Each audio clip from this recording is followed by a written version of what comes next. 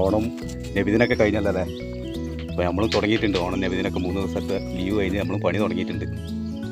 ഇതൊക്കെ എങ്ങനെ ഉണ്ടായിരുന്നു ഓണം നബിദിനൊക്കെ? ഓണം നബിദിനൊക്കെ അടിപൊളിയല്ലേ? അടിപൊളി. ഉഷാറായി. കഴിഞ്ഞ് നമ്മളെ കമ്പി പരിപാടി തുടങ്ങാൻ പോവാണ്. ചെറിയൊരു പ്ലിന്തിന്റെ പണി ഉണ്ടല്ലോ നമുക്ക്. പ്ലിന്റിന്റെ പണി നമ്മളിപ്പോൾ തുടങ്ങിക്കൊണ്ട് ഇങ്ങനെ നിൽക്കുക.